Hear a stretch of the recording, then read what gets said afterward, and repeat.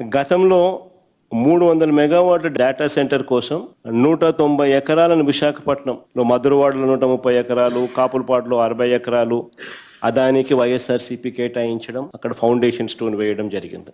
అక్కడ పనులకు శంకుస్థాపన చేయడం, సబ్సీ కేబుల్ను సింగపూర్ నుంచి విశాఖపట్నంకు తీసుకురావడానికి అంకురార్పణ వేయడం, ఇవి కూడా అప్పుడే జరిగాయి. డేటా సెంటర్లో పెద్ద ఉద్యోగ అవకాశాలు తక్కువే, కానీ ఒక డేటా సెంటర్ రావడం వల్ల ఒక ఎకో సిస్టమ్ బిల్డ్ అవుతుంది. ఆర్టిఫిషియల్ ఇంటెలిజెన్స్ అనేది రేపు పొద్దున ప్రపంచాన్ని డామినేట్ చేయబోయే నెక్స్ట్ టెక్నాలజీ. ఆర్టిఫిషియల్ ఇంటెలిజెన్స్ కైనా కూడా, లేదా క్వాంటమ్ కంప్యూటింగ్ కైనా, రేపు పొద్దున ఫ్యూచర్లో జరిగే ఎటువంటి గొప్ప మార్పుకైనా కానీ డేటా సెంటర్ అనేది will be the nodal point. ఇది ఎప్పుడైతే వస్తుందో అప్పుడు ఎకో సిస్టమ్ బిల్డ్ అవుతుంది. ఆ ఎకో సిస్టమ్ ద్వారా జీసీసీస్ వస్తాయి, గ్లోబల్ కేపబిలిటీ సెంటర్స్ వస్తాయి.